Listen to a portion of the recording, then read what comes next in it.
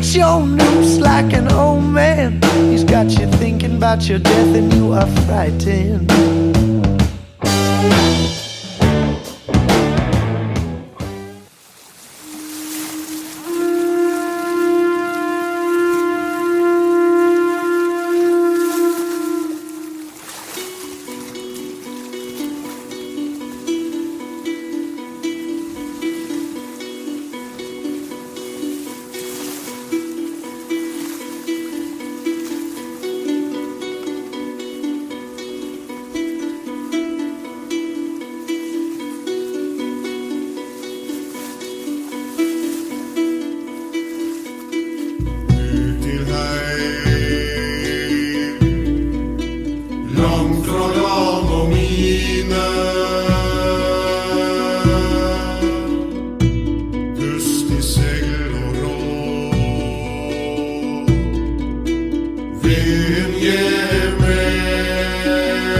Today we have a special guest with us. We have Espen Winther from Eldrim. Hi Espen. First of all, how are you? I think I'm fine. I'm stuck in my dungeon because of the COVID situation, but Yeah, I'm doing okay. like I think lot of time to make music. That's amazing. I mean, it's amazing because your music is amazing. I want to go straight with the first questions because I want to know that everyone knows really you are Eldrim. So if you can, just a short story about how the band began, and of course you introduce you and the current lineup of Eldrim. Yeah, it's actually a quite long story. The start of the band. I started because I'm a photographer. We will go through that. Okay.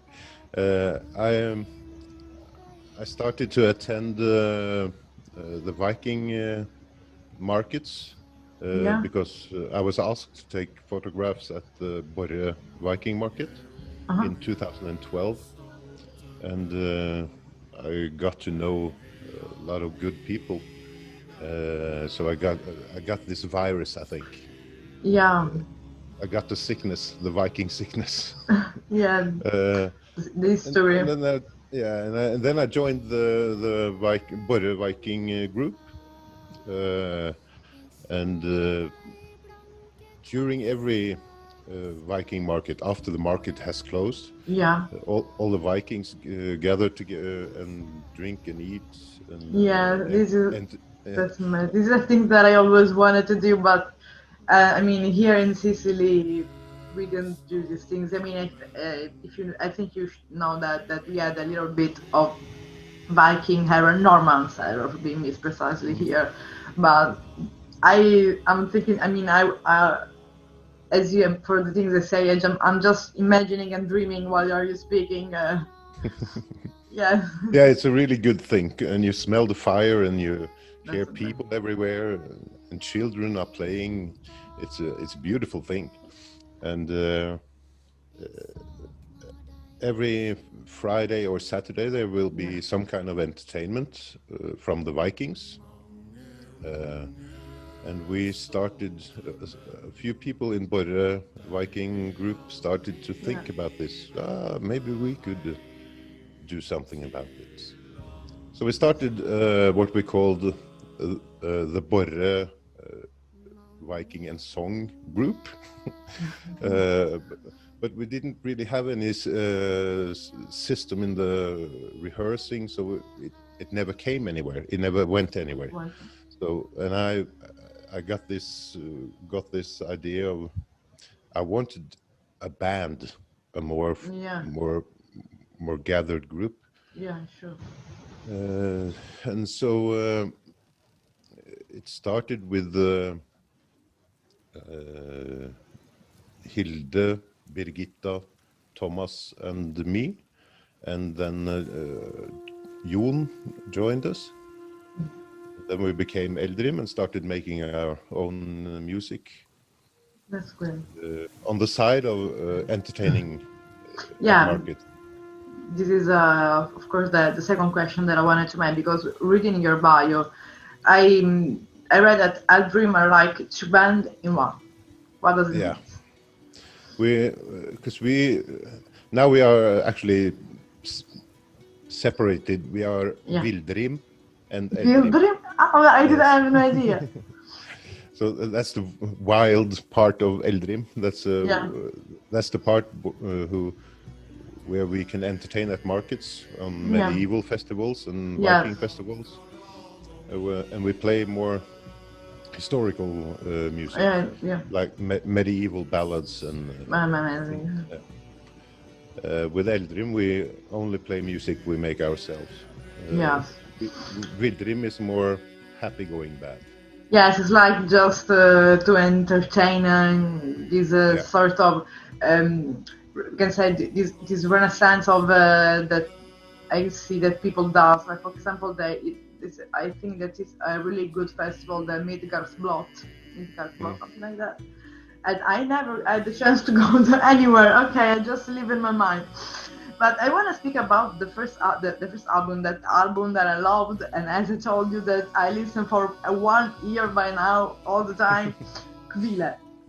I said right, Kvile. I'm not good with the pronunciation. I mean, what about the composition? Because it's so.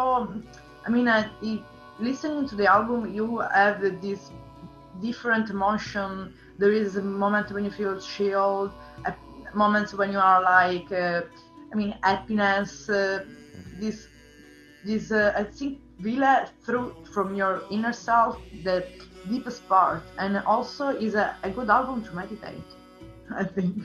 Yeah, maybe. Yeah. Yeah, I mean, for at least for me. I mean, what about all this, the topic, the lyric? Because I know that you do everything through the engineer sound, the composition, everything. Yeah. Hilde has written the first song, Draum. Yeah. The rest of them I've written. The first song we made was Attergangar. And that's a story about a soul being lost between this life and the afterlife. Yeah. And she needs help to get where she wants to be on the other side. And that triggered an idea of making the whole story from before she died and until she had passed over to the other side. To the other side, yeah. So this journey between, you can say, post-mortem and life after that. That's really a deep talk. So it starts with Draum, where she has been left alone, and her lover is out in Viking, raiding or trading or something. Yeah. And it's really a story that very many people connect to, because we have had fishermen, we have had warriors, we have had several people that find some kind of level on that the first song. Yeah. Because everybody has something or someone who has died somewhere far away, and it's that feeling of being you don't know, especially at that time, 1,000 years ago. They were brave, man. They just head off into somewhere and didn't know if they ever came back. Yes, yeah. So of course they just and the war, the journey didn't last 1 week, 1 year, 2 years, even more. Yeah. Yeah, because they had to settle on the battlefield, as you can see, just in the winter for having the battlefield in spring and summer. Yeah, and of course now it comes to me spontaneously ask you where comes mostly the influences for lyrics and composition. When I write the lyrics, I usually I get some sort of maybe one word or maybe a little sentence just that makes some kind of story, and that story triggers a movie inside somewhere. That's amazing. And I try to get that story down in the same color as Yeah. it is in my. It's like my making a picture. I'm a photographer as well, so it's like when you see, because for example, someone could tell you just take a shot from that side, but you know where is the best side to take the shot because you use your eye. Because most people know that a photographer that uses his own eyes, because the eye is the camera. Because you already have painted in your mind how the last, I mean, the picture will be at the end. So I think it's the same for what I said before. And now the famous questions about TARP and me.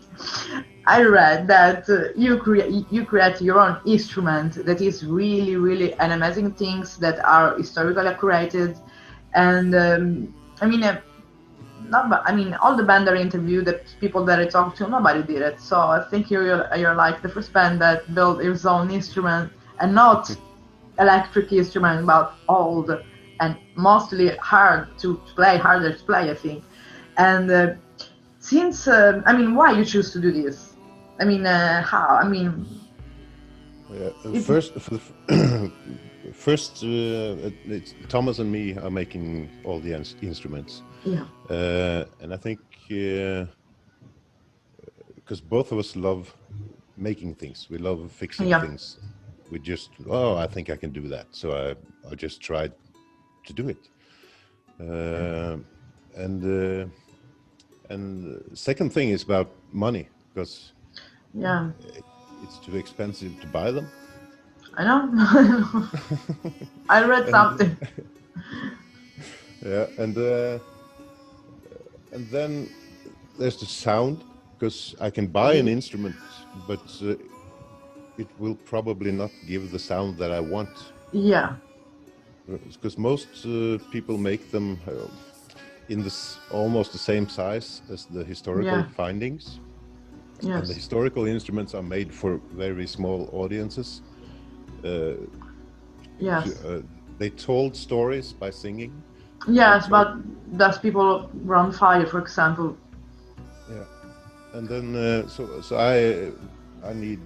we need to have instruments with a little more air and sound. Yeah, and like more natural amplification, we can say. Yeah. Yeah. So I don't think I would. Yeah, maybe, but it would be too expensive. So we just make our own. That's amazing. And in your opinion, which is the most influent instrument in your music? The lyre. Really? How?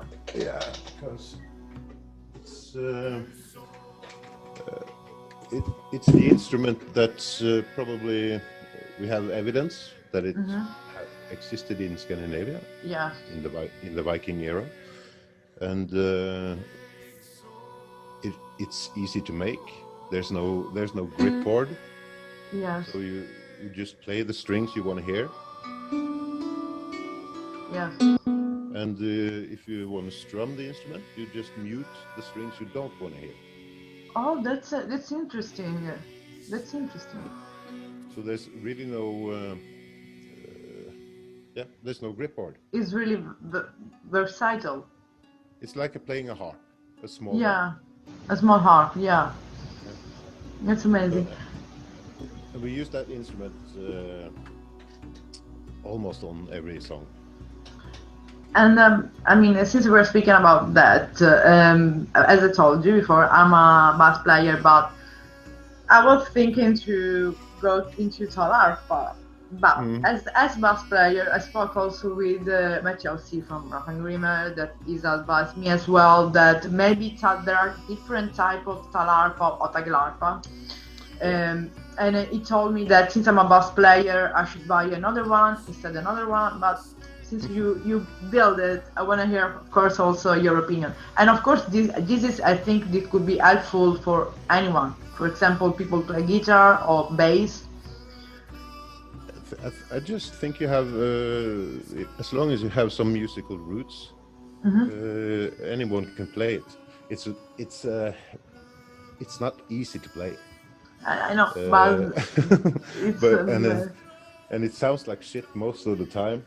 but when it sounds good, it sounds like a soul is ripped apart. Yeah, It's yeah, it's an amazing instrument. there is this music that you played on YouTube. That I saw a video of you playing Talarpa. It was like funeral song, something like that. Yeah.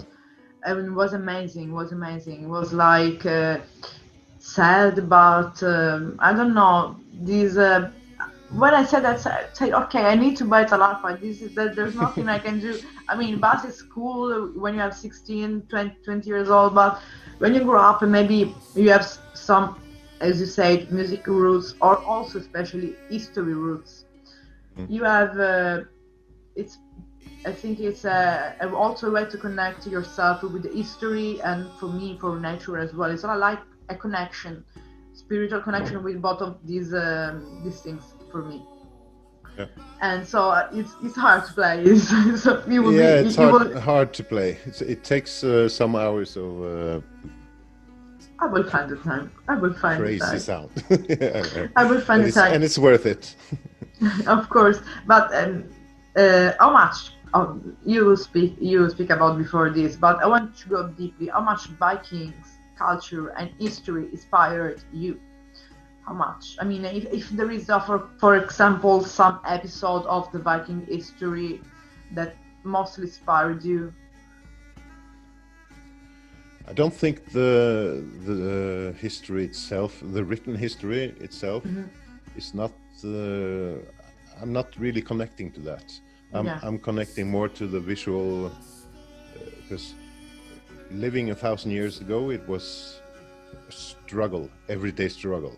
Every minute was a struggle. Yeah, we imagine that. They didn't. I would probably be dead. I mean, everyone will be there right now. If we are scary of COVID, just think about 1,000 and more years ago. Yeah. Yeah. So, but I try to connect to the more of the everyday life and everyday struggle when I write songs. I try to, how could this have been for them to experience death or sickness or just the daily life through your mind.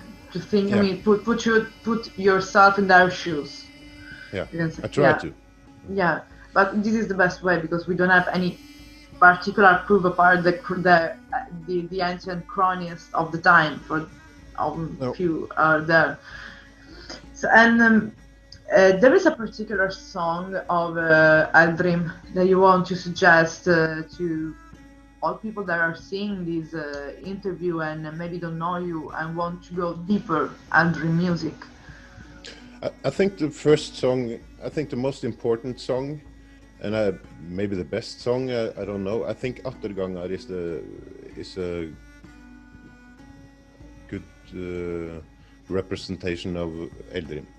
Yeah, and just a little curiosity, why Eldrim? Why should you pick this name? It's a made-up name. It's from Eld, that means fire, and Rim, that means rhyme, also rhyming, poets and song. But Rim can also mean frost. Frost. Know, the crystal. Yes.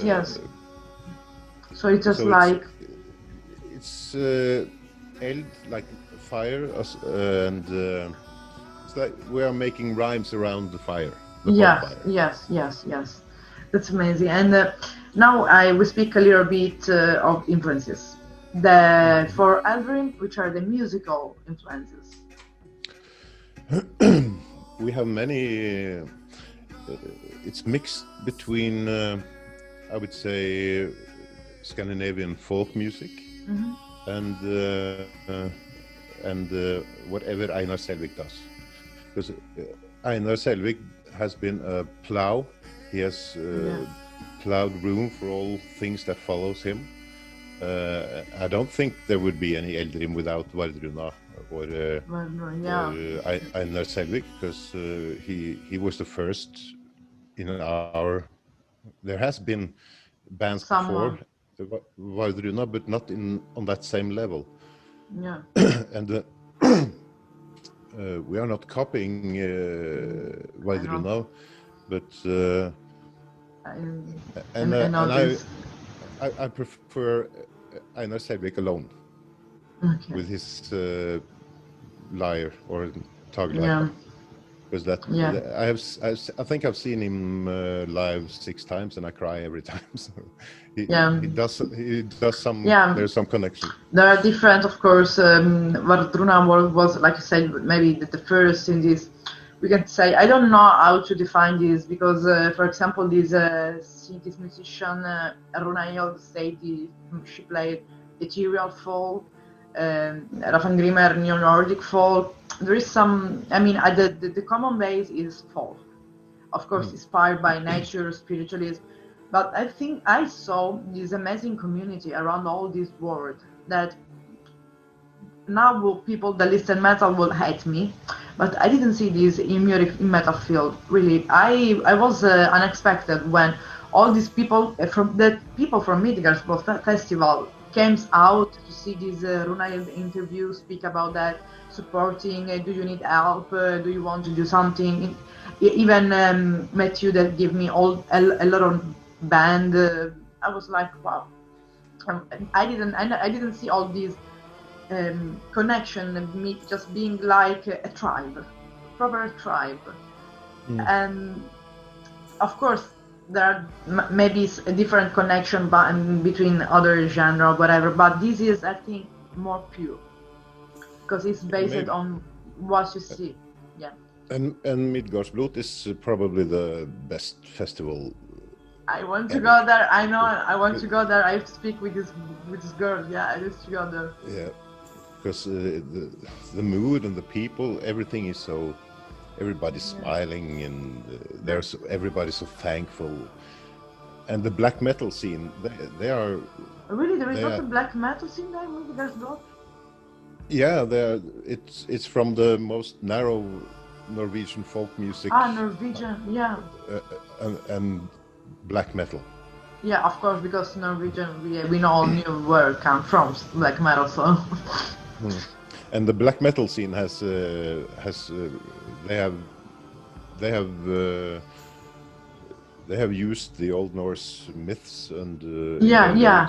As we, for example, also they try inspiration as, for example, the first singer of Mayhem, that from the culture of Vikings. Yeah. Yeah, and the Vikings series, they're responsible maybe for the explosion of the interest in Scandinavian myths and the Viking and the gods, not always in a positive way, but they have really triggered something around the world. Yes. And speaking of also about the influences, what about your personal influences? I have a wide spectrum of bands. I listen to, but I prefer bands that I can the music I can hear the lyrics. So black metal is not in my on my playlist. I need lyrics. Yeah, of course. I listen to Tool. Dead Can Dance, and lots of folk music. Because Hilde and I was, we were a couple. Hilde in Eldrim and I, and her heart is in the folk music. That's amazing. And she has played a lot of music for me. To me, and it has made me love Norwegian folk music more than I did before I met her. Yeah. I'm influenced. I listen to. It started maybe with Kiss as the first really wow. What this is great. What these painted good glam man. But I don't think we would have the Corpse makeup without Kiss, though. Yeah, I call it panda. Yeah. All the time we say, yeah, why they use this makeup like panda? Even now, yeah. But as you can imagine, every music, every genre has its own way of living. Yeah, So yeah. for black metal, that this is way of living. Thrash metal, this is way of living. Maybe they say something this for people who love Vikings or whatever. I always wanted to be dressed like Vikings and go in the field. But if I do this now here, people think I'm a freak. So I did, Yeah, but you're in Italy? I'm in Sicily, the south, the island. The, Yeah. the, Yeah. island, the island in the south of the Italy, yeah. We Yeah. had a huge, it lasted like 400 years, I think, of reign by Normans. And Yeah. before we had the the Arabian people. So it was Yeah. amazing to see how these Arabian people lived were the Normans, but they were Christianized. So they was like, but they always kept because I studied history in my university. So it's always beautiful reading the chronicles of the time, describing them like so huge. Even if they were Christianized, they explain, for example, a battle that happened between the Byzantine Empire and the Vikings. That when the Greek and the Byzantine Empire saw these ships and these warriors, Normans, came through the sea, they just go away and they say these are like they named like homosexual, something like that. They're just like a woman's, like a girly, and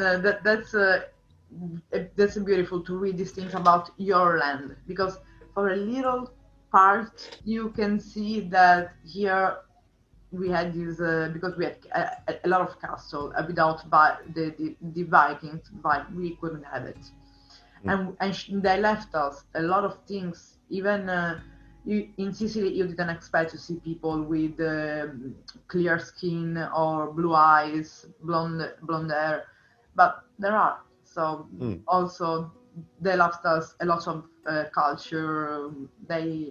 And that's why I started to get into the Viking field, because Yeah. I was like, okay, this is my family. I'm not supposed to belong to anything else. Yeah, and just But yeah. I think you have a couple of at least Viking-related folk festivals in Italy. Yeah, we have something in near in the Florence, maybe in Tuscany, something like that, in the north. Though, because in the north they are more connected to the mythology. Here is more Catholic. Yeah. Just think to the classical Sicily of the 50s. Just small countries, people that all people that look at you all the time. If you have tattoos, not tattoos, people just stuck into the 50s. But yes, in Italy we have it. But of course, with what I'm doing, I'm not trying to speak to the Italian audience, just to the worldwide audience, because one thing bad about Italy is that we are not all connected. We are, everyone think about itself. Okay. So I said, okay, you think about yourself, I think about myself. I'm alone, that's fine. I'm not stupid, I can do things by my own. And just, I wanted to know, because when I see the video, I was amazed about True. I don't know how to say it correctly, the name. True is good. So what about this video was recorded because it's a long video also. Yeah. It's like short movie. Maybe it's a short movie. It's kind of based in the video where I play the Tagelharpa, the funeral march, because in that video I wear a cross, a silver cross. I have inherited from my grandmother, who inherited it from her grandmother, who inherited. So it's a quite old silver cross, and I wear it to honor. I was super happy when I got the cross. To honor and in Scandinavia we had almost 300 years with overlapping religion. Yeah. And Christianity was a big part of the Viking culture. Yeah. At the end. So we weren't pagans from 793 until the Viking and until the medieval period came. Yeah. We weren't Christianized like this. It took almost 300 years. Yeah. And in those 300 years, and on the same video I wear a Thor's hammer. Yeah. So I have a hammer and I have a cross. Two sides of two different beliefs. Yeah. The hammer is for honoring my ancestors, and the cross Always. is for my grandmother. Yeah. But there's a lot of people that react negative. Yeah, because they maybe don't. He's playing pagan music on his pagan instrument with his pagan clothes. Is because they maybe don't think that even the Vikings itself were unchanged and interested in the Christianity, because of course we had, I think, Gregorio Magnus was his fault because he was sent by the Pope to go to England or whatever to Christianize everyone.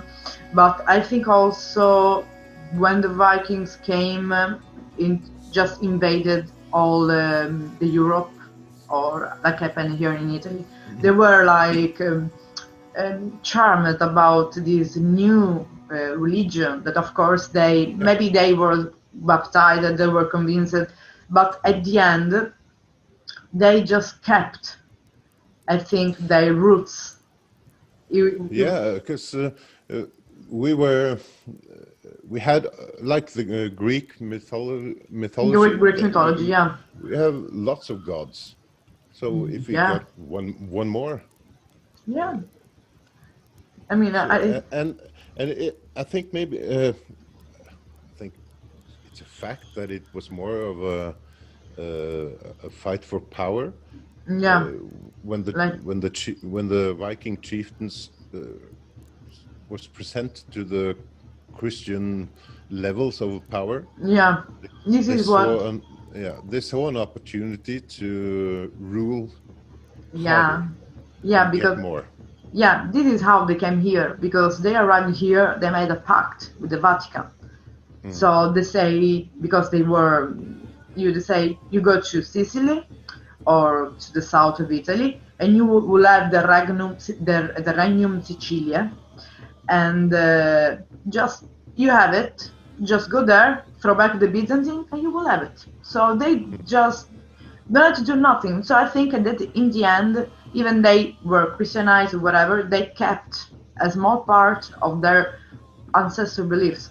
And this is what I find out, that my ancestor, they came from the Hauteville, because the family was called Hauteville, a city from France, Normandy, and some parts of my ancestors were from Iceland. So a tiny part in me belongs to that. This is why I'm so, when people say to me, oh wow, what's your belief? I don't know, nature maybe.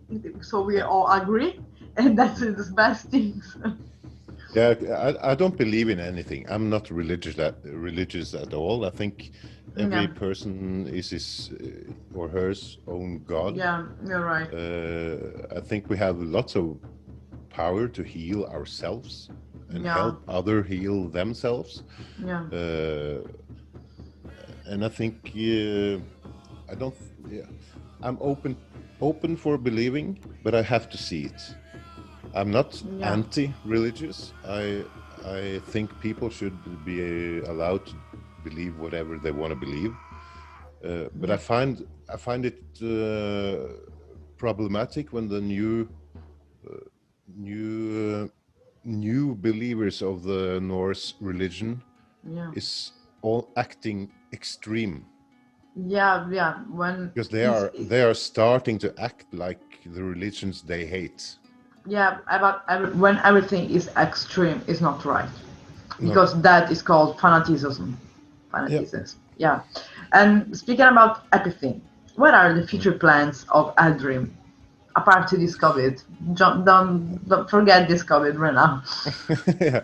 The COVID has resulted in making lots of music, so Oh, that's great.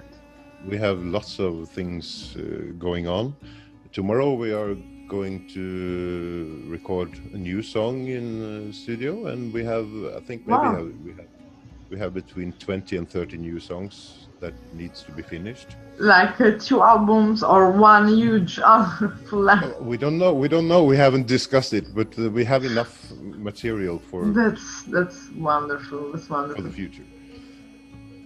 When it comes to ambitions, we really don't have any ambitions. No, we survive, all of us, without living out of music. Yeah. The music bit is more from the heart than for the wallet. We don't need it for surviving, so luckily. Like as you said, you are a photographer as well. Yeah. Yeah, and I don't live by that either. But yeah, I mean, don't tell this to me. That I'm trying a separate way, like not robot. So yeah, I understand that very well. And I think maybe I'm terrified if I would sign a contract saying Eldrim must produce so and so music, and you need to in that many years, and you need. I think it would kill the creative soul. I have two sides. We can say the happy side of me, the rock side of me loves the 80s music, like glam music.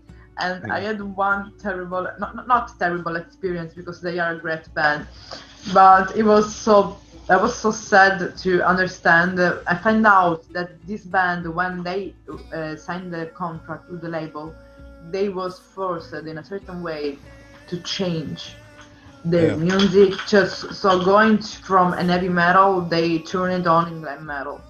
To turn the riff, they was checked into the dressing, the video shooting. So no, don't do this, please. Because when the musician said this to me, said, "Oh, really? I love that video," and it was all a fake. Yeah, it was like, like okay, it's hard to go through that. Yeah, but I don't think we would ever. We wouldn't get an offer from a big company anyway, so we wouldn't be forced into something we wouldn't want to do. Yeah. But when I get some kind of time limits on anything, I get totally. Yeah. There's a wall coming up. Yeah, you have to stay yourself. I mean, an Eldrim has to themselves. So just a message to anyone who's watching this interview, or Eldrim's fans, or people that maybe knows you or me and is watching the interview right now. I would like everyone to go to YouTube and watch the new video, because as I said, you said it's a long video, but I think it's an important story. Yeah. It's about being so desperate that you try to seek any solution to your problem, which in this case is your lover has died, and you try to find help with your gods. Yeah. And a new god, and you just try anything. I think people should see it, because it's not only what you see, but there's a story there. And also what you perceive and feel it through that. Yeah. So thank you so much, Espen, for this interview, and we'll keep in touch because I need you for Talarpa. Yeah. And of course, I trust to you more than someone on shops online, because as someone told me, between you and the instrument, there also has to be the connection, a spiritual connection. Yeah. So thank you so much, and it was really a pleasure. Speak to you soon. Bye. Bye.